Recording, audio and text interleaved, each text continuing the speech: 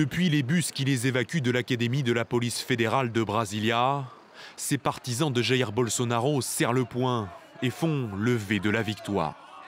Plusieurs centaines d'entre eux ont été transférés mardi vers une prison locale. 600 autres ont été libérés. La détention n'a pas atténué les revendications de certains manifestants.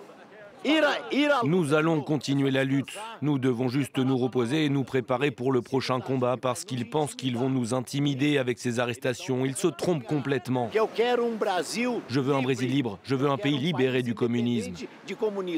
Mardi soir, un juge de la Cour suprême a émis un mandat d'arrêt contre Anderson Torres ici à gauche.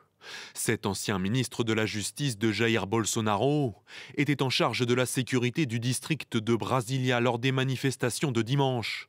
Il se trouve aux États-Unis depuis plusieurs jours, comme Jair Bolsonaro. Démis de ses fonctions, il est accusé de collusion avec les émeutiers. Selon la presse brésilienne, le commandant de la police militaire de Brasilia a aussi été arrêté. Le ministre de la Justice a également assuré qu'une cinquantaine d'autres mandats d'arrêt seraient délivrés dans les prochains jours. Dans le viseur de la justice, les influenceurs sur les réseaux sociaux et ceux qui auraient financé les opérations. Le président du Sénat, lui, s'est dit favorable à l'ouverture d'une enquête parlementaire. Son rôle, faire la lumière sur l'ensemble des violations de l'état de droit au cours des émeutes.